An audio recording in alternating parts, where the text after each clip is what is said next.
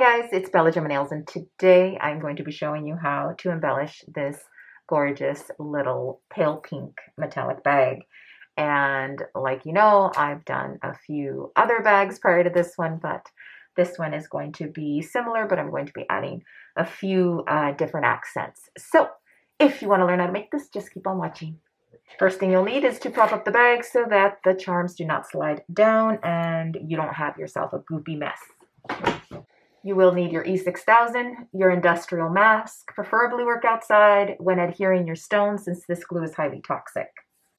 You will need your stones and your little accessories to be able to embellish it as well. When working with large pieces like this on a small flap, you're going to want to adhere the big pieces first so that you know how much flap space you need to fill in. These are some really cute acrylic pieces that I got some time ago. They were already part of my collection.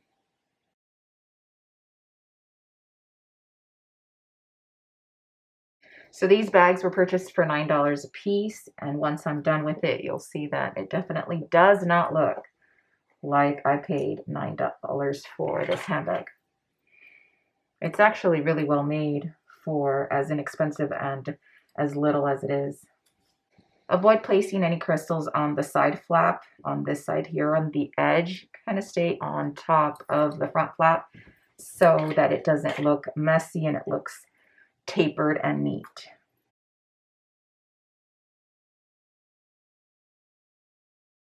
My favorite color of crystals that I bought are these pretty pink ones. Not even these bright ones, but these blushed. These bows are actual nail charms, and I love adorning these little acrylic pieces with these nail charms. So let this dry before we continue to the next phase.